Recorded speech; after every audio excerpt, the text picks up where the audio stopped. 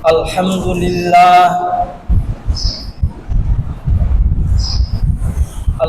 لله نحمده ونستعينه ونستغفره ونعوذ بالله من شرور أنفسنا ومن سيئات أعمالنا من يهده الله فلا مضل له ومن يضلله فلا هادي له ونشهد أن لا إله إلا الله وحده لا شريك له الذي أرسله بالحق بشيرا ونذيرا وداعيا إلى الله بإذنه وسراجا منيرا أما بعد فإن خير الحديث كتاب الله وخير الهدي هدي محمد صلى الله تعالى عليه وسلم وشر الأمور محدثاتها وكل محدثة بدعة وكل بدعة ضلالة وكل ضلالة في النار أما بعد فأعوذ بالله من الشيطان الرجيم بسم الله الرحمن الرحيم قد جاءكم من الله نور وكتاب مبين وقال الله تعالى وقال النبي صلى الله تعالى عليه وسلم من تعلم القرآن وعلمه خيركم من تعلم القرآن وعلمه أما بعد মুআজ্জাজ মুসাল্লিয়ান সমস্ত প্রশংসা একমাত্র সেই মহামহিয়ান আল্লাহ সুবহানাহু ওয়া তাআলার জন্য, যার অশেষ অনুকম্পায় আমরা আচ্ছাদিত থেকে এই মসজিদে উপস্থিত হওয়ার সুযোগ পেয়েছি এবং আল্লাহ রাব্বুল আলামিনের আরো শুকরিয়া আদা করি। বহুদিন পরে আসার পরে মসজিদ আল্লাহ পাকের মেহেরবানিতে অত্যন্ত সুন্দর হয়েছে, যার জন্য তার শুকরিয়া আদা করি। যে এই মহান রব্বুল আলামিনের মাধ্যমে আল্লাহ সুবহানাহু ওয়া তাআলা যে এত সুন্দর আমাদেরকে মসজিদ তৈরি করার তৌফিক দিয়েছেন, সেজন্য শুকরিয়া আদায় করি।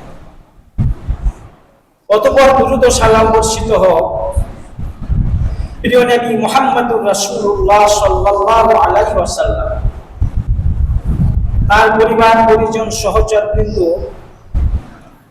এবং সকল উম্মাতে মুমিন মুমিনার উপর আল্লাহুম্মা সাল্লি আলাইহি। সম্মানিত সুধী, আমি পবিত্র কোরআনুল কারীমের একটি আয়াত বিশ্বনবী মুহাম্মদুর রাসূলুল্লাহ সাল্লাল্লাহু আলাইহি ওয়াসাল্লামের অসংখ্য হাদিসের মধ্য থেকে একটি হাদিস পাঠ করেছি।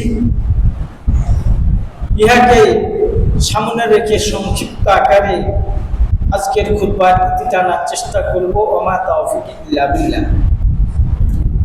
সর্বপ্রথম আমি বলতে চাই, আল্লাহ সুবহানাহু ওয়া তাআলা যে কথাটা বলছেন, কাদ জাআকুম মিনাল্লাহি নূরুন ওয়া কিতাবুম মুবিন, তোমাদের কাছে এসেছে আল্লাহর পক্ষ থেকে সুস্পষ্ট নূর, আলো তথা কোরআনুল কারীম। ওয়া কিতাবুম মুবিন, এবং মহাগ্রন্থ। এরপরে নবী মুহাম্মদুর রাসূলুল্লাহ সাল্লাল্লাহু আলাইহি ওয়াসাল্লাম বলছেন, খায়রুকুম মান তাআল্লামাল কুরআনা ওয়া আল্লামাহু, তোমাদের মধ্যে তারাই সবচেয়ে উত্তম যারা কোরআন শিক্ষা করে এবং অপরকে শিক্ষা দান করে, অপরকে শিক্ষা দেয়। তারাই তোমাদের মধ্য থেকে সর্বোত্তম, সর্বোৎকৃষ্ট। আমরা রমজান মাস পেয়েছিলাম। রমজান মাসে অনেকে আমরা কোরআন তেলাওয়াত করেছি, কিন্তু রমজান পার হয়ে গেলে আমরা কোরআনের ধারে কাছে যাই না।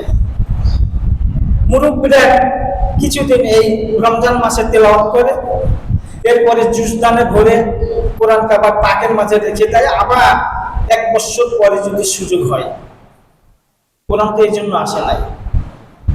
কোরআন সব সময় পঠিত, সব সময় তাকে পাঠ করতে হবে। আমরা ফাজাইলে আমল করি বেশি বেশি, কিন্তু আমরা কোরআন পড়তে ভুলে যাই, কোরআন পড়ি না। খুব দুঃখজনক। তো যাই হোক, আমি বলতে চাই কথা এই যে আমাদের প্রিয় নবী মুহাম্মদুর রাসূলুল্লাহ সাল্লাল্লাহু আলাইহি ওয়াসাল্লাম তিনি যখন মিরাজে গেলেন, মিরাজে যাওয়ার পরে বিভিন্ন নবীর সাথে পর্যায়ক্রমে সাক্ষাৎ হলো। এক আসমানে গিয়া জাতির পিতা হযরত ইব্রাহিম আলাইহিস সালাতু সালাম তার সাথে সাক্ষাৎ হলো। জিবরাইল আলাইহিস সালাতু সালাম আমাদের রাসূলকে বলছেন, ইনি তোমার পিতা হযরত ইব্রাহিম, তাকে সালাম দাও। আমাদের নবী হযরত ইব্রাহিম আলাইহিস সালাতু সালামকে লক্ষ্য করে সালাম প্রদান করলেন। তার উত্তরে হযরত ইব্রাহিম আলাইহিস সালাতু সালাম উত্তরে কি বললেন? বললেন, ওয়া আলাইকুমুস সালাম, মারহাবা ইয়া ইবনুস সালেহ, মারহাবা ইয়া নবিয়ুস সালেহ। তোমাকেও সালাম, হে আমার প্রিয় সন্তান, হে নেক নবী, হে নেক সন্তান, হে নেক নবী, তোমাকেও সালাম। এর থেকে বোঝা যায় যে আমাদের নবী মুহাম্মদুর রাসূলুল্লাহ সাল্লাল্লাহু আলাইহি ওয়াসাল্লামের সম্মান কত ছিল, সম্মান কত। কিসের কারণে সে কথাটি পরে বলছে। এরপরে দেখা যায় এই পৃথিবীটা শেষ হয়ে যাবে, সমতল ভূমিতে রূপান্তরিত হবে। একদিন কিয়ামত সংগঠিত হবে। মানুষেরা কিয়ামতের মাঝে দাঁড়িয়ে থাকতে থাকতে হয়রান পেরেশান হয়ে যাবে।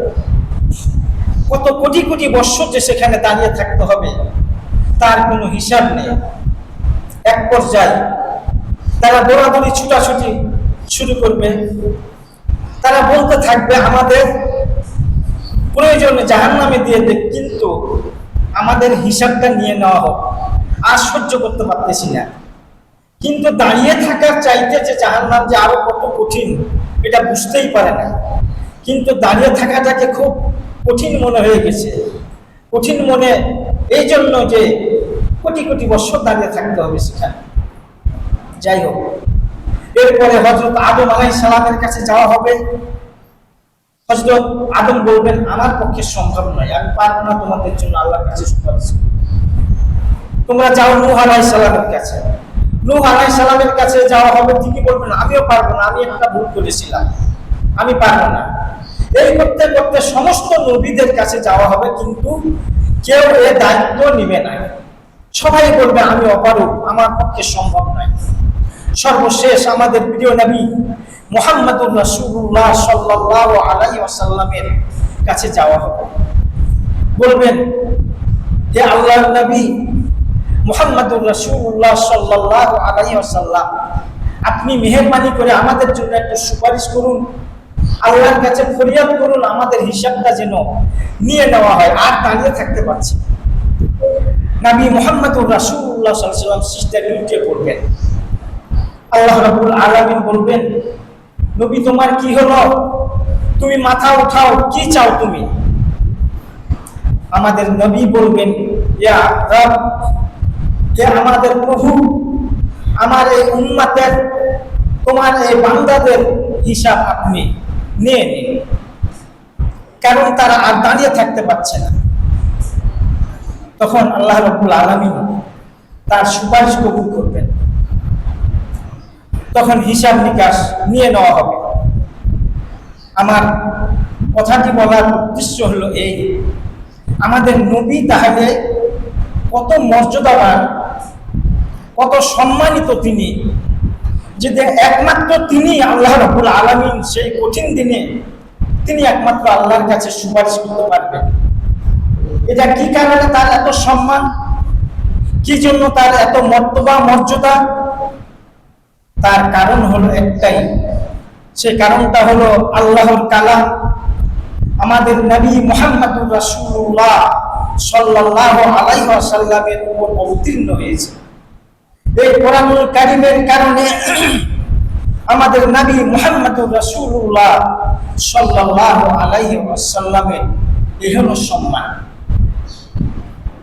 আমরা রমজানুল মুবারক পেয়েছিলাম। রমজানুল মুবারক কত সম্মানিত, কত বরকতময়, সেটা আমরা শুনেছি, সেটা আমরা বুঝেছি। এটা কি জন্য এত সম্মানিত হয়েছিল? সম্মানিত হওয়ার কারণ হলো একটাই, শাহরু রমাদানাল্লাযী উনজিলা ফীহিল কুরআন হুদাল লিন-নাসি ওয়া বায়িনাতিন মিনাল হুদা ওয়াল ফুরকান। শাহরু রমাদান, এটি সেই মাস যেই মাসে কোরআনুল কারীম অবতীর্ণ করা হয়েছে। উনজিলা ফীহিল কুরআন হুদাল লিন-নাস ওয়া বায়িনাতিন মিনাল হুদা ওয়াল ফুরকান। হুদাল লিন-নাস, মানুষের হেদায়েতের জন্য, মানুষের পথ প্রদর্শনের জন্য এটি নাযিল করা হয়েছিল। ওয়া বায়িনাতিন মিনাল হুদা ওয়াল ফুরকান, এবং এটিকে পার্থক্যকারী হিসাবে, হেদায়েতের জন্য এবং পার্থক্যকারী হিসাবে এটিকে প্রেরণ করা হয়েছে। তাহলে এর থেকে আমরা বুঝতে পারলাম যে এই কোরআনুল কারীমের কত মর্যাদা। আরো তার এই মাসের মাঝে আরেকটি আছে লাইলাতুল কদর। রমজান মাসে আমরা সেটি অতিবাহিত করেছি। লাইলাতুল কদর খায়রুম মিন আলফি শাহর তানাজ্জালুল মালাইকাতু ওয়ার রূহ। লাইলাতুল কদর, আমার নবীকে বলছেন, ওয়া মা আদরাকা মা লাইলাতুল কদর, লাইলাতুল কদর খায়রুম মিন আলফি শাহর। লাইলাতুল কদর কি জিনিস তা তুমি জানো? লাইলাতুল কদর হচ্ছে হাজার মাসের চেয়ে উত্তম এক রাত্রের ইবাদত। কি জন্য এই রাত্রিটা, কি জন্য এত বরকতময়? সেটাই আল্লাহ রাব্বুল আলামিন বললেন, ইন্না আনজালনাহু ফি লাইলাতিল কদর ওয়া মা আদরাকা মা লাইলাতুল কদর। আমি এই মহিমান্বিত কোরআনকে নাজিল করেছি লাইলাতুল কদরের রাত্রিতে। তো লাইলাতুল কদর বরকতময় হওয়ার জন্য তাহলে কি হলো? কোরআনুল কারীম এই রাত্রে নাজিল করা হয়েছে, যার কারণে এই লাইলাতুল কদরের রাত্রিতে এত বরকতময়। এখন আসুন একটা জিনিস আমরা বলি, সেটা হলো এই, বারা ইবনে আযিব রাদিয়াল্লাহু তাআলা আনহু তিনি বর্ণনা করেন, যখন মানুষ মারা যায়, মারা যাওয়ার পরে ইজা উজিয়া ফি কাবরিহি, তাকে যখন কবরে রেখে দেওয়া হয়, আতাহু মালাকানিহি ফাইজুলসানিহি, তখন দুইজন ফেরেশতা আসে, মুনকার এবং নাকির। ফাইজুলসানিহি, ওই মৃত্যু ব্যক্তিকে উঠে বসানো হয়। বসানোর পরে জিজ্ঞেস করা হয়, মান রব্বুক, তোমার রব কে? যদি মুমিন হয় তখন তার উত্তরে বলে রব্বি আল্লাহ, আমার রব হচ্ছে আল্লাহ। ওয়া মা দীনুক, তোমার দিন কি? মুমিন হলে বলবে দিনিয়াল ইসলাম, আমার দিন ইসলাম। ওয়া মান নাবিয়ুকা ফীমা বুইসা ফীকুম, যাকে তোমাদের মাঝে প্রেরণ করা হয়েছিল তিনি কে? মুমিন হলে বলবেন নবী, তিনি হচ্ছেন আমার নবী। তাহলে এখান থেকে এই হাদিস থেকে আমরা বুঝতে পারলাম যে তিনটি প্রশ্ন করা হবে, কিন্তু না, আমরা সবাই জানি তিনটি প্রশ্ন করা হবে, কিন্তু কবরে আরো দুটি প্রশ্ন করা হবে। যখন এ কথা বলা শেষ হবে তখন তাকে আবার জিজ্ঞেস করা হবে, ও ভাই দুরিকা, তুমি কিভাবে জানলে তোমার রব আল্লাহ এবং তোমার দিন ইসলাম এবং তোমার নবী মুহাম্মদ সাল্লাল্লাহু আলাইহি ওয়াসাল্লাম তুমি কিভাবে জানলে?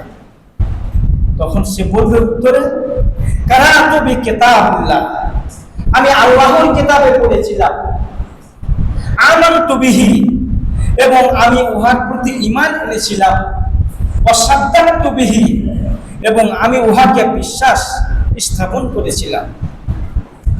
তখন আল্লাহ তাআলা উপর থেকে ডাক দিয়ে বলবেন, আনাদা মুনাদি ইউনাদি, ডাক দিয়ে আল্লাহ বলবেন, আমার বান্দা সত্য বলেছে, আমার বান্দা সঠিক উত্তর দিয়েছে।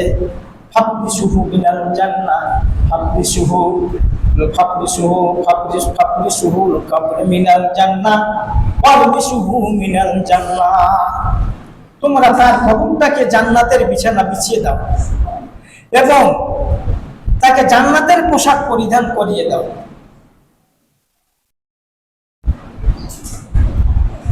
এবং তার কবরের সাথে জান্নাতের সুরঙ্গ করে দাও, যাতে করে সে আরাম আয়েশ, জান্নাতের আরাম আয়েশ উপভোগ করতে পারে। তখন তাই করা হবে। আর বেঈমান যখন তাকে জিজ্ঞেস করা হবে তোমার রবকে, তখন সে বলবে হ্যাঁ হ্যাঁ হ্যাঁ হ্যাঁ, আমি তো জানি না। ওমা দিন, তোমার দিন কি? হ্যাঁ হ্যাঁ আদিরি, আমি জানি না। ওমর নবীও, হ্যাঁ হ্যাঁ আদিরি, আমি জানি না।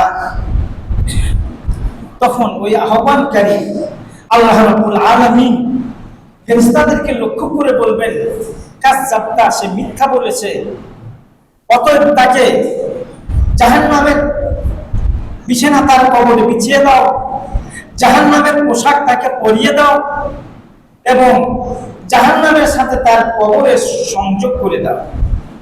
আপনারা একটু খেয়াল করে শুনবেন। আপনার হতে পারে আমি ছোট মানুষ হলেও এই আলোচনার মধ্য দিয়ে আপনার জীবনে পরিবর্তন কিছু আসতে পারে। ঘুমানোর টাইম অনেক পাবেন, মারা যাওয়ার পরে সারা জীবন ঘুমিয়ে থাকতে হবে, কোটি কোটি বছর ঘুমিয়ে থাকতে হবে, তখন সেখানে যেন আমরা ঘুমাই। আর এখন দুনিয়া ও কাসবুন ওয়া মাযরাআতুল আখিরাহ, দুনিয়াটা হচ্ছে কামাইয়ের জায়গা, ইনকামের জায়গা, আর ফল ভোগ করার স্থান হচ্ছে কিয়ামত, কবর। আমরা যতটুকু পাই আমরা সংগ্রহ করে নেওয়ার চেষ্টা করি। তো আমি যেটা বলছিলাম সেটা হলো এই যে যখন তিনটা প্রশ্ন করা হবে, যখন উত্তর দিয়ে দিবে তখন তাকে বলা হবে ওমা ইউদরিকা, তুমি কিভাবে জানলে? তখন সে বলবে কারাতু বিকিতাবিল্লাহ, আমি আল্লাহর কিতাবে পড়েছি, বিশ্বাস করেছি, ঈমান এনেছি। তাহলে এখন যারা আমরা কোরআন পড়তে জানি না, যারা আমরা কোরআন পড়ি না, কোরআনুল কারীমের ধারে কাছে আমরা যাই না, তাহলে আমাদের অবস্থা কি হবে? এই হাদিসটা থেকে যেন আমরা একটু চিন্তা ভাবনা করি। অতএব আমরা যেন কোরআন না পড়ে কবরে আমরা না যাই, কোরআন না শিক্ষা করে কবরে যেন আমরা না যাই। যদি কবরে কোরআন শিক্ষা না করে যদি আমরা কবরে যাই, তাহলে বুঝতেই পারছেন যে আমরা সেদিন এই তিনটা প্রশ্নের উত্তর দিতে পারবো না। আর তিনটা প্রশ্নের উত্তর দিতে না পারলে তখন ওই হা হা আদলি বলা হবে, জাহান্নামের সাথে আমাদের সংযুক্ত হয়ে যাবে, জাহান্নামে আমরা সংযুক্ত হয়ে যাব। কোরআন পড়লে লাভ কি? প্রিয় নবী মুহাম্মদুর রাসূলুল্লাহ সাল্লাল্লাহু আলাইহি ওয়াসাল্লাম বলেছেন যে তোমরা পরিপূর্ণ কোরআন পাঠ করো, তোমরা পরিপূর্ণ কোরআন কারীম তোমরা পাঠ করো, তেলাওয়াত করো। যদি না পারো, পূর্ণ কোরআন তেলাওয়াত করতে যদি না পারো, তাহলে পরে অন্তত সূরা বাকারা এবং সূরা আলী ইমরান তোমরা পাঠ করো।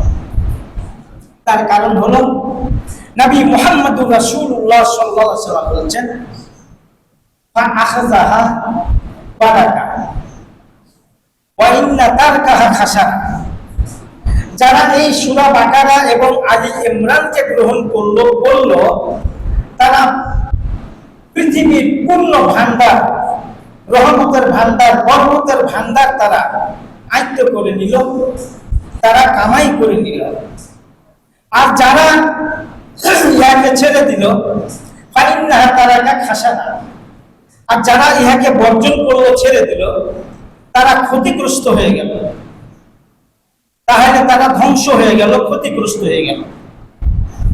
অতএব এই সূরা বাকারা এবং আলী ইমরান আমরা যেন পাঠ করি। সূরা বাকারা পাঠ করলে কি হবে, আরো তার ফজিলত কি?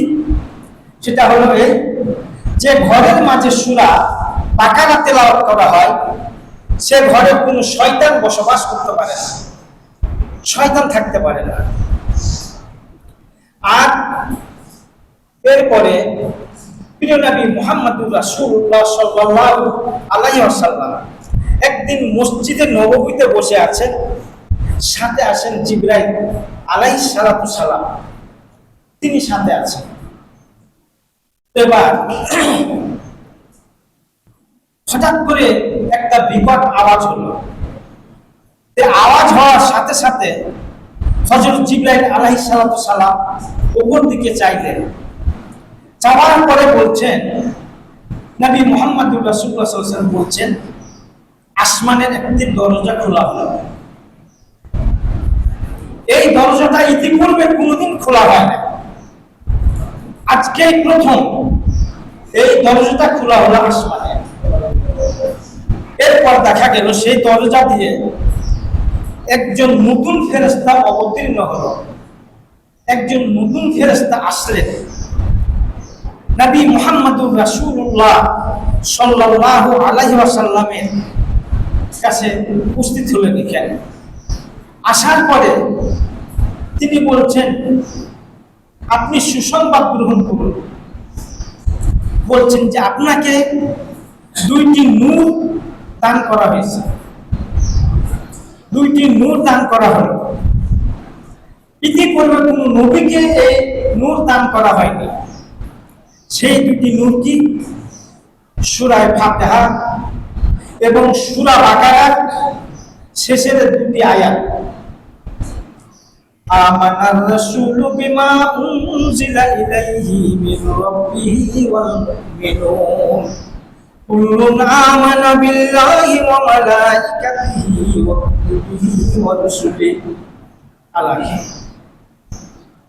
সূরা ফাতিহা আলহামদুলিল্লাহি রাব্বিল আলামিন, আর সূরা বাকারার এই শেষের দুটি আয়াত নিয়ে আসলেন একজন নতুন ফেরেশতা, নতুন ভাবে এসে বলছেন, আপনাকে দুটি নূর দেওয়া হয়েছে যা ইতিপূর্বে কোন নবীকে দেওয়া হয়নি। এটার গুরুত্ব কি? এটার ফজিলত কি?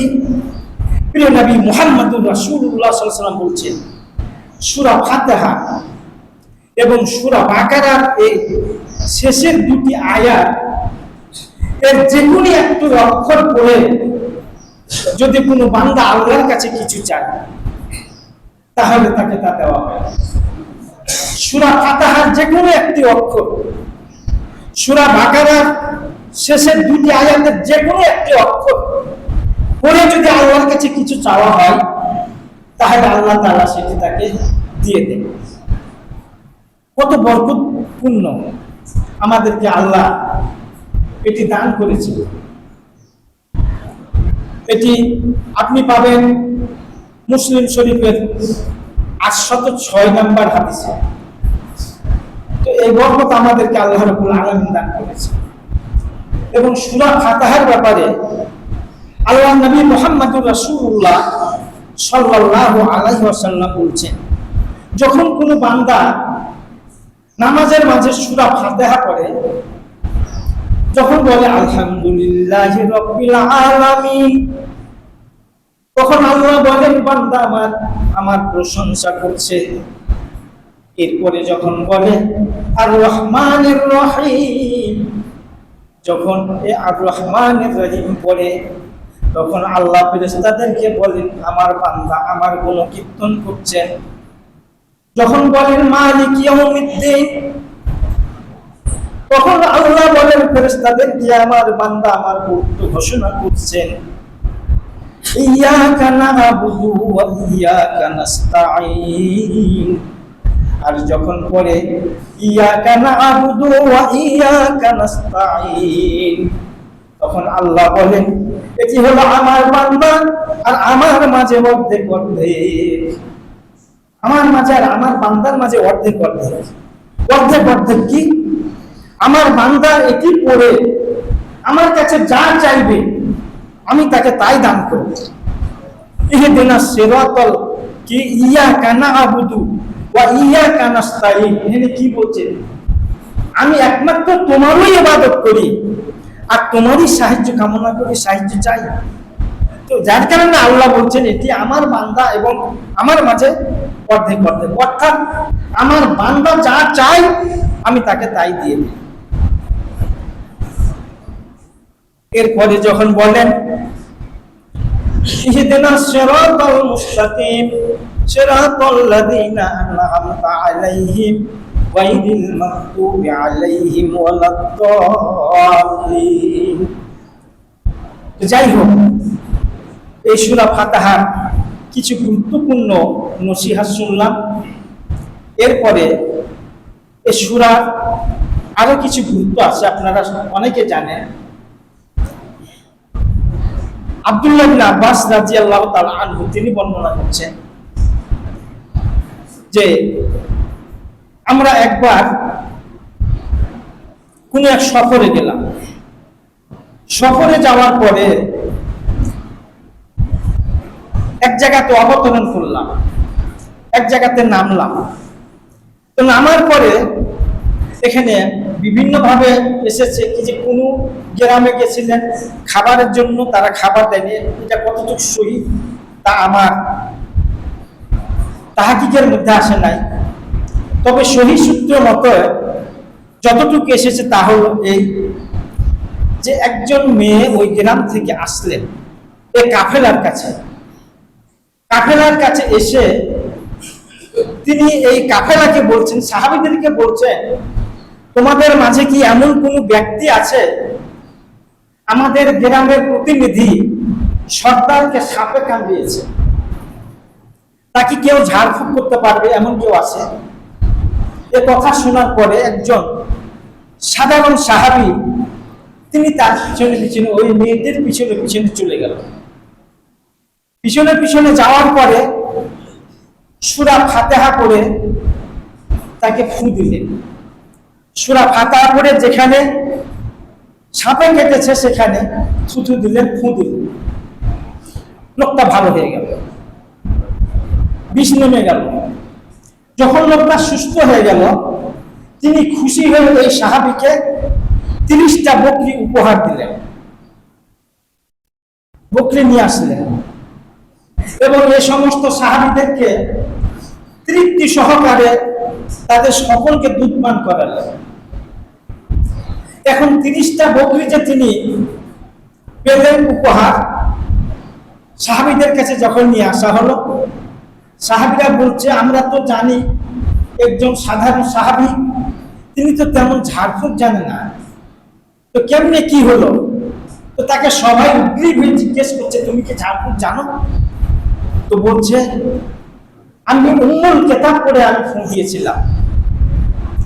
তার কারণ নবী মুহাম্মদুর রাসূলুল্লাহ সাল্লাল্লাহু আলাইহি ওয়াসাল্লাম সূরা ফাতিহাকে উম্মুল কিতাব বলা হয়েছে, এবং সূরা ফাতিহা আর একটি নাম হলো সাফা, মানে শেফা দাও, আরোগ্য লাভ করা। তো যার কারণে আমি যেহেতু রাসূল সাল্লাল্লাহু আলাইহি ওয়াসাল্লামের কাছ থেকে এই ফজিলত শুনেছি, এটার মধ্যে আমি বিশ্বাস করে আমি তাকে ফু দিয়েছি, আল্লাহর রহমতে বিষ নেমে গেছে, তিনি সুস্থ হয়ে গেছে। বলেন আলহামদুলিল্লাহ। এই বরকতময় সূরা আমাদেরকে আল্লাহ তাআলা দান করেছে। এখন বলছে তোমরা বকরিগুলো রেখে দাও। তুমি যে ফু দিয়েছো, এটা পরে ফু দিয়ে জায়েজ আছে কিনা রাসূল সাল্লাল্লাহু আলাইহি ওয়াসাল্লামের কাছ থেকে জানার পরে আমরা সেগুলা ব্যবস্থা করব। মদিনায় তারা চলে গেলেন, আল্লাহর নবী মুহাম্মদুর রাসূলুল্লাহ সাল্লাল্লাহু আলাইহি ওয়াসাল্লামকে পূর্ণ ঘটনা বললেন। তো যখন বলা হলো, তখন নবী মুহাম্মদুর রাসূলুল্লাহ সাল্লাল্লাহু আলাইহি ওয়াসাল্লাম তাকে বললেন সে কি বলে ফু দিয়েছে, কি করে ফু দিয়েছে, কেমন করে ফু দিয়েছে। তো বললেন সূরা ফাতিহা পড়ে ফু দিয়েছে।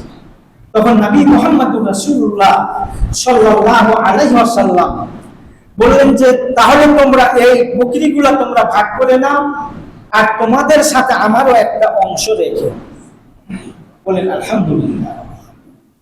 তো এই সূরা পড়ে আমাদের যেহেতু এটি সাফা, আরোগ্য দানকারী, আমরা যদি কেউ অসুস্থ হই তাহলে এই সূরা পড়ে যদি আমরা দম করি, অথবা এই সূরা পড়ে যদি আমরা পানিতে ফু দিয়ে সে পানি পান করি, তাহলে আশা করা যায় ইনশাআল্লাহ আল্লাহর রহমতে আমরা আরোগ্য লাভ।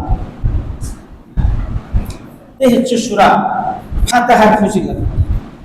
অনুরূপ ভাবে প্রিয় নবী মুহাম্মদুর রাসূলুল্লাহ সাল্লাল্লাহু আলাইহি ওয়াসাল্লাম বলছেন একটার পরে একটা বরকতময় সূরা, একটা থেকে আরেকটা কত যে গুরুত্বপূর্ণ বরকতময় সেটা আমরা বুঝি না।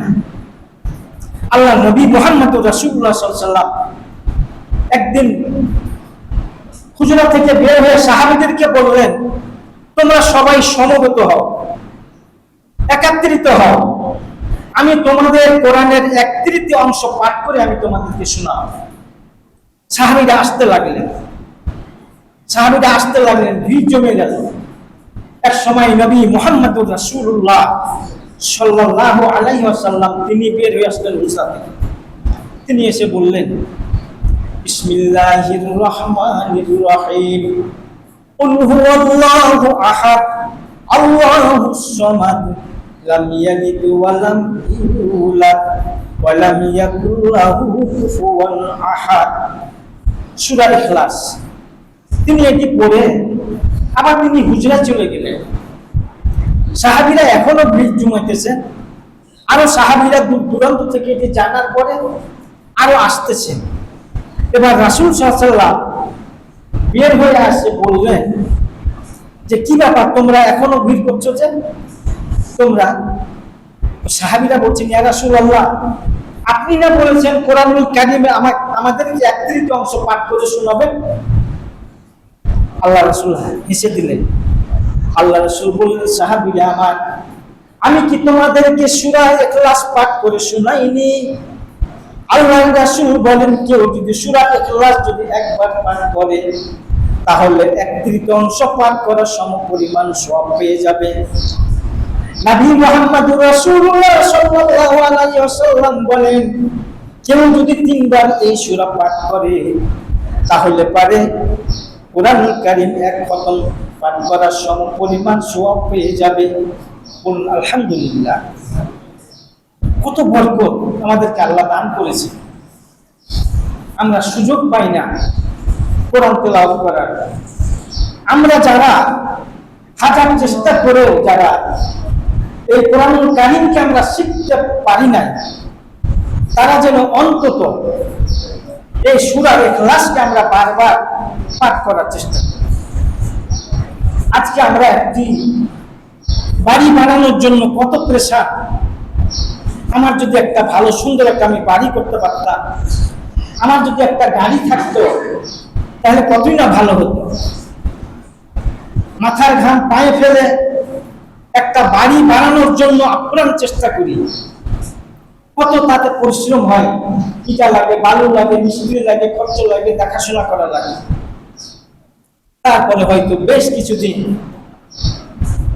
কাজ করার পরে একটা বাড়ি নির্মাণ করি, তবে সেই বাড়ি কেমন উপযুক্ত হয়। কিন্তু আপনি আমি জানি না। আমার নবী মুহাম্মদুর রাসূলুল্লাহ সাল্লাল্লাহু আলাইহি ওয়াসাল্লাম বলেন, কোন ব্যক্তি যদি সূরা ইখলাস যদি 10 বার যদি পাঠ করে, সূরা ইখলাস আপনারা চিনছেন তো? সূরা ইখলাস যদি কেউ 10 বার পাঠ করে, আল্লাহর নবী বলেন জান্নাতে তার জন্য একটা প্রাসাদ নির্মাণ করা হবে। আলহামদুলিল্লাহ, জান্নাতে একটা প্রাসাদ নির্মাণ করা হবে। সে প্রাসাদ কি আমাদের প্রাসাদের মতো? এই প্রাসাদের ইটাগুলি হীরা মুনি মুক্তা দিয়ে খচিত, কত সুন্দর প্রাসাদ তৈরি করা হবে। আমরা কি এই অন্তত যারা কোরআন তেলাওয়াত করতে পারি না, তাহলে 3 বার 10 বার এভাবে যতবার পারি তাহলে আমরা তেলাওয়াত করব, তাহলে উপকারটা কি হবে জানেন? আরেকটা হচ্ছে তার উপকার হলো এই যে আল কোরআনুল কারীম নবী মুহাম্মদুর রাসূলুল্লাহ সাল্লাল্লাহু আলাইহি ওয়াসাল্লাম বলেছেন, হুজ্জাতুন লাকা ওয়া হুজ্জাতুন আলাইকা। এক কোরআনুল কারীম তোমার পক্ষে সাক্ষ্য দিবে, তোমার বিপক্ষে সাক্ষ্য দিবে। তুমি যদি কোরআনুল কারীমের মর্যাদা রক্ষা করো, তাহলে কোরআন তোমার পক্ষে সাক্ষী দিবে। আল্লাহকে বলবেন, আল্লাহর সাথে বাইনা করবেন, হে আল্লাহ, তোমার এই বান্দা আমাকে তেলাওয়াত করেছিল রাত্রি জেগে জেগে, অতএব তুমি আমার সুপারিশ কবুল করো। কোরআনের মুখ খুলে দেওয়া হবে, কথা বলুন, আমার সুপারিশ কবুল করো, তোমার এই বান্দাকে জান্নাতে দিয়ে দাও। আল্লাহ রাব্বুল আলামিন তখন এই কোরআনুল কারীমের কথা শুনে তাকে জান্নাতে দিয়ে দেয়। তাহলে হুজ্জাতুল লাক ওয়া হুজ্জাতুন আলাইক, এই কোরআনুল কারীম তোমাদের পক্ষে সাক্ষ্য দিবে, তোমাদের বিপক্ষে সাক্ষ্য দিবে।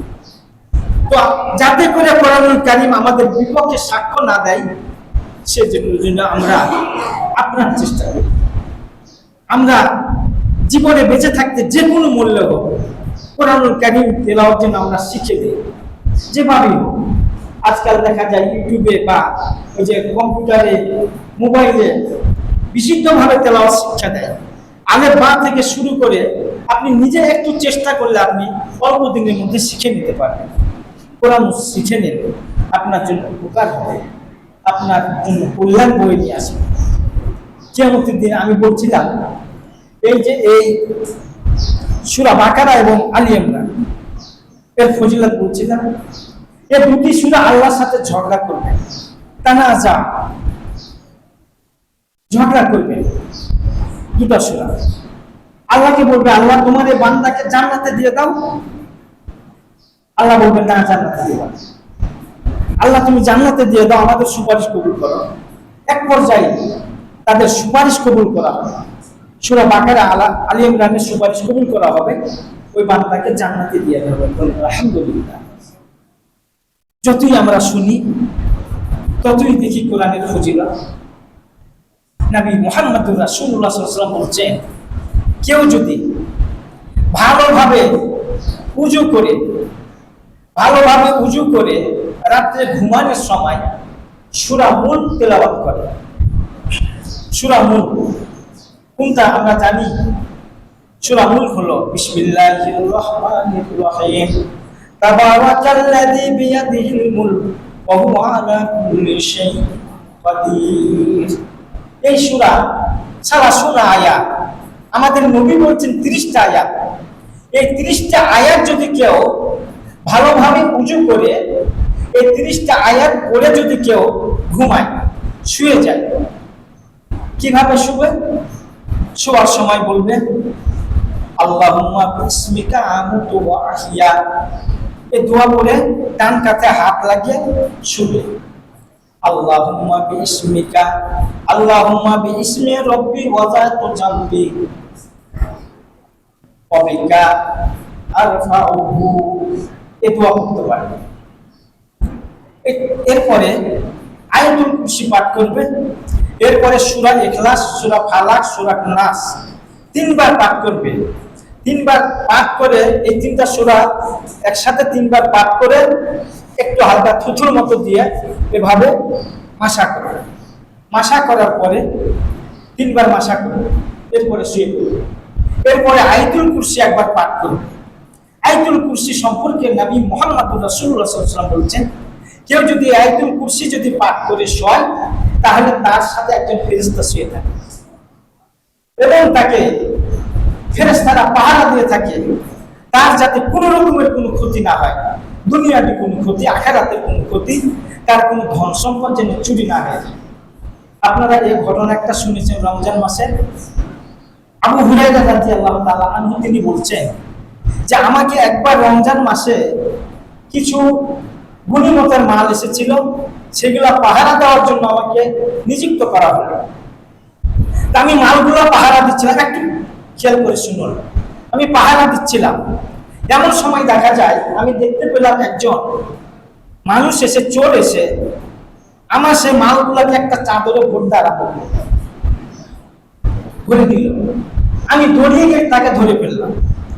তখন সে হাওয়া করে কাঁদতে লাগলো যে হুজুর, আমি খুব গরিব মানুষ, আমি দারিদ্রতার কারণে আজকে চোর হয়েছি, চুরি করতে এসেছি, আপনি মেহেরবানি করে আমাকে ছেড়ে দিন, আমার বাচ্চারা না খেয়ে আছে। আবু হুরায়রা একজন দয়ালু সাহাবী ছিলেন, তিনি তাকে ছেড়ে দিলেন, অনুগ্রহ করে ছেড়ে দিলেন, চলে গেল। সকালে নবী মুহাম্মদ রাসূলুল্লাহ সাল্লাল্লাহু আলাইহি ওয়াসাল্লামের সাথে সাক্ষাৎ হলো। আল্লাহর নবী বলছেন আবু হুরায়রা, হাসতে হাসতে বলছেন, আবু হুরায়রা তোমার চোরের খবর কি? আবু হুরায়রা বলেন, ইয়া রাসূলুল্লাহ, ওই চোরটি খুব গরিব মানুষ, তার বাচ্চারা না খেয়ে আছে, যার কারণে চুরি করতে এসেছে, আমি তাকে ছেড়ে দিয়েছি। আল্লাহর নবী বলছেন সে মিথ্যুক, সে তোমাকে মিথ্যা বলেছে। আল্লাহর নবী বললেন দেখো আবার আসবে। হ্যাঁ ঠিকই, পরের দিন আবার এসেছে, আমার আগের তুলনায় খুব কাকুতি মিনতি করলো। আবু হুরায়রা খুব নরম দিলের মানুষ, আবারও তাকে ছেড়ে দিল। আবার একই ঘটনা, রাসূল বলছেন তোমার চোরের খবর কি? আবার আগের মতোই বলছেন সে মিথ্যা বলেছে, আবার দেখবা আবার আসবে। তো তখন বলছে এবার আসলে আমি তাকে আর কোনো ক্রমেই ছাড়বো না। আর পরের দিন এসেছে, তৃতীয় দিন তাকে ধরে ফেলেছে, মাল যখন চাদরে ভরেছে ধরে ফেলেছে। বলছে আজকে তোমাকে আমি ছাড়বো না, আজকে নবী মুহাম্মদ রাসূলুল্লাহ সাল্লাল্লাহু আলাইহি ওয়াসাল্লামের কাছে তোমাকে যেতেই হবে, নিয়ে যাবে। আগের চাইতে আরো বেশি বিনয় করে ঢং করে কেঁদেছে। আবু হুরায়রা আবার ছেড়ে দিলেন। তো বলছেন আপনি যদি আমাকে এবার ছেড়ে দিন তাহলে আপনাকে আমি একটা জিনিস শিক্ষা দেব। কি শিক্ষা দেবা? তো বলছে শিক্ষা দেব এই যে আপনি যখন শুতে যাবেন তখন আপনি কি করবেন? আয়াতুল কুরসি পাঠ করবেন। আয়াতুল কুরসি যদি আপনি পাঠ করেন তাহলে আপনার কোনো ধন সম্পদ চুরি হবে না, রাত্রেবেলা আপনার কোনো ক্ষতি হবে না। এবার নবী মুহাম্মদ রাসূলুল্লাহ সাল্লাল্লাহু আলাইহি ওয়াসাল্লামের সাথে সাক্ষাৎ হলো সকালে। রাসূল সাল্লাল্লাহু আলাইহি ওয়াসাল্লাম জিজ্ঞেস করছে তোমার চোরের খবর কি? বলছে এই ঘটনা, তবে আজকে আমাকে একটা জিনিস শিক্ষা দিয়েছে। বলছে আমাকে আয়াতুল কুরসি শিক্ষা দিয়েছে, এটি পড়ে যদি আমি শুই তাহলে কোনো জিনিস নাকি চুরি হবে না। আল্লাহ রাসূল বললেন আবু হুরায়রা রে, ওই লোকটি যা কিছু বলেছে ইতিপূর্বে সব মিথ্যা বলেছে, কিন্তু শেষের বার যে তোমাকে বলেছে আয়াতুল কুরসির কথা সেটি সত্য বলেছে, সেটি তুমি গ্রহণ করো। আর সেটাকে তুমি কি তাকে চিনো? সেটা হচ্ছে শয়তান, তুমি তাকে চিনতে পারো না, মানুষের রূপ করে এসেছে। অতএব যাই হোক, আমরা যদি এভাবে তাইলে আয়াতুল কুরসি পড়ে শুই। আর আমাদের করণীয় কি কি করতে হবে? সময় চলে যাচ্ছে, একটু সংক্ষিপ্ত দুটো কথা শুনুন। সেটা হলো এই, যখন আমরা ঘুম থেকে যখনই জাগ্রত হব তখনই আমরা যেন এই দোয়াটা পাঠ করে নেই, আলহামদুলিল্লাহিল্লাযী আহইয়ানা বা'দাহু আমাতানা ওয়া ইলাইহিন নুশুর। এই দোয়াটা পাঠ করি। এই দোয়াটা পাঠ করার পরে আমরা সবাই জানি লা ইলাহা ইল্লাল্লাহু ওয়াহদাহু লা শারীকা লাহু লাহুল মুলকু ওয়া লাহুল হামদু ওয়া হুয়া আলা কুল্লি শাইইন কাদির। এটা পাঠ করি। সুবহানাল্লাহ আলহামদুলিল্লাহ ওয়া লা ইলাহা ইল্লাল্লাহু আল্লাহু আকবার, এটা পড়ি। তারপরে পড়ি আস্তাগফিরুল্লাহ আস্তাগফিরুল্লাহ। তাহলে কি হবে? এরপরে আমরা যেন পড়ি আল্লাহুম্মা ইন্না নাসআলুকা ওয়া নাশহাদু বিআন্নাকা আনতাল্লাহ লা ইলাহা ইল্লা আনতা আহাদুস সামাদুল্লাযী লাম ইয়ালিদ ওয়া লাম ইউলাদ ওয়া লাম ইয়াকুল লাহু কুফুয়ান আহাদ। এটা হচ্ছে ইসমে আযম। এরপরে আরেকটা আছে আশহাদু আল্লাহুম্মা ইন্না নাসআলুকা ওয়া নাশহাদু বিআন্নাকা আনতাল্লাহ লা ইলাহা ইল্লা আনতাল মান্নান বাদিউস সামাওয়াতি ওয়াল আরদ ইয়া যাল জালালি ওয়াল ইকরাম ইয়া হাইয়্যু ইয়া কাইয়্যুম।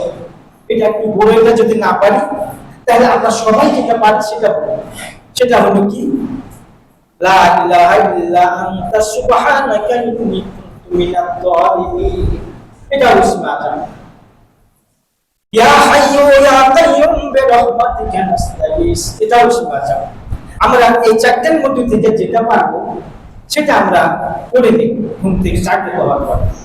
এরপরে ওযু করে নামাজ পড়তে যাব। এরপরে আল্লাহর নবী মুহাম্মদুর রাসূলুল্লাহ সাল্লাল্লাহু আলাইহি ওয়াসাল্লাম বলেছেন, এরপরে বান্দা আল্লাহর কাছে যা চাইবে আল্লাহ তাকে তাই দিয়ে দিবেন। এই ইসমে আযম পড়ে যা চাইবে তাই তাকে দিয়ে দেওয়া হবে।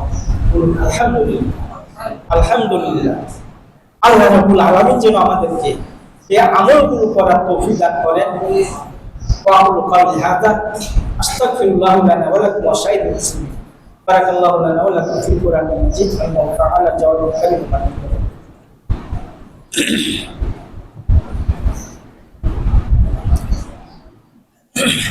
আলহামদুলিল্লাহ আলহামদুলিল্লাহ নাহমাদুহু ওয়া নাস্তাঈনুহু ওয়া নাস্তাগফিরুহু ওয়া নাউযু বিল্লাহি মিন শুরুরি আনফুসিনা ওয়া মিন সাইয়্যাতি আমালিনা মান ইয়াহদিহিল্লাহু ফালা মুদিল্লা লাহু ওয়া মান ইউদ্লিলহু ফালা হাদিয়া লাহু ওয়া নাশহাদু আল লা ইলাহা ইল্লাল্লাহু ওয়াহদাহু লা শারীকা লাহু ওয়া নাশহাদু আন্না মুহাম্মাদান আবদুহু ওয়া রাসূলুহু।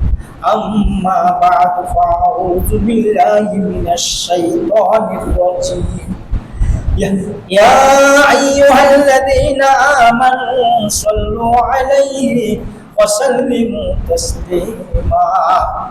اللهم صل على محمد وعلى آل محمد كما صليت على إبراهيم وعلى آل إبراهيم إنك حميد مجيد. اللهم بارك على محمد وعلى آل محمد كما باركت على إبراهيم وعلى آل إبراهيم إنك حميد مجيد. اللهم أعز الإسلام والمسلمين واخذل الكفرة والمشركين. اللهم أعز الإسلام والمسلمين واخذل الكفرة والمشركين. اللهم إنا نعوذ بك من عذاب القبر ونعوذ بك من عذاب جهنم. اللهم إنا نعوذ بك من عذاب القبر ونعوذ بك من عذاب جهنم. اللهم إنا نسألك جنة الفردوس. اللهم إنا نسألك جنة الفردوس. اللهم اغفر لي ولوالدي وللمؤمنين يوم يقوم الحساب. رب ارحمهما كما ربياني صغيرا. رب ارحمهما كما ربياني صغيرا. اللهم إنا نسألك ونشهد بأنك أنت الله لا إله إلا أنت أحد الصمد الذي لم يلد ولم يولد ولم يكن له كفوا أحد. اللهم إنا نسألك العفو والعافية في الدنيا والآخرة. اللهم إنا نسألك العفو والعافية في الدنيا والآخرة. يا الله আমরা তোমার গুনাহগার বান্দা, আল্লাহ তোমার কাছে আমাদের প্রার্থনা, আমরা জীবনে বহু গুনাহ করেছি আল্লাহ, শিরক বিদআত জানা অজানা বহু গুনাহ করেছি আল্লাহ, তুমি আমাদের গুনাহ খাতা মাফ করে দাও আল্লাহ। হে আল্লাহ, তুমি আমাদেরকে রক্ষা করো আল্লাহ, আমাদের ঈমানকে রক্ষা করো আল্লাহ, তুমি আমাদের ঈমানকে মজবুত করে দাও আল্লাহ। আজকে যে সমস্ত মুসলমান ভাই আজকে ফিলিস্তিনে নির্যাতিত আল্লাহ, তুমি তাদেরকে রক্ষা করো আল্লাহ। ওই সমস্ত ইহুদিদেরকে তুমি ধ্বংস করে দাও আল্লাহ, তাদেরকে ধ্বংস করে দাও আল্লাহ। তুমি আমাদের মুসলমান ভাইদেরকে তুমি রক্ষা করো আল্লাহ। হে আল্লাহ, আমাদেরকে তোমার কোরআনুল কারীমের প্রতি আমল করার তৌফিক দান করো আল্লাহ। তোমার কোরআনুল কারীম শিক্ষা করার তৌফিক দান করো আল্লাহ। তোমার কোরআনুল কারীম তেলাওয়াত করার তৌফিক দান করো আল্লাহ। ইবাদাল্লাহ, ইন্নাল্লাহা ইয়া'মুরু বিল আদলি ওয়াল ইহসান ওয়া ইতা'i যিল কুরবা ওয়া ইয়ানহা আনিল ফাহশাই ওয়াল মুনকার ওয়াল বাগি ইয়া'iদুকুম লা'আল্লাকুম তাযাক্কারুন ওয়া লা যিকরুল্লাহি তাআলা ওয়া আ'লা ওয়া আযza ওয়া জাল্লা ওয়া আ'লা ওয়া তা'ala। আসসালামু আলাইকুম ওয়া রাহমাতুল্লাহ।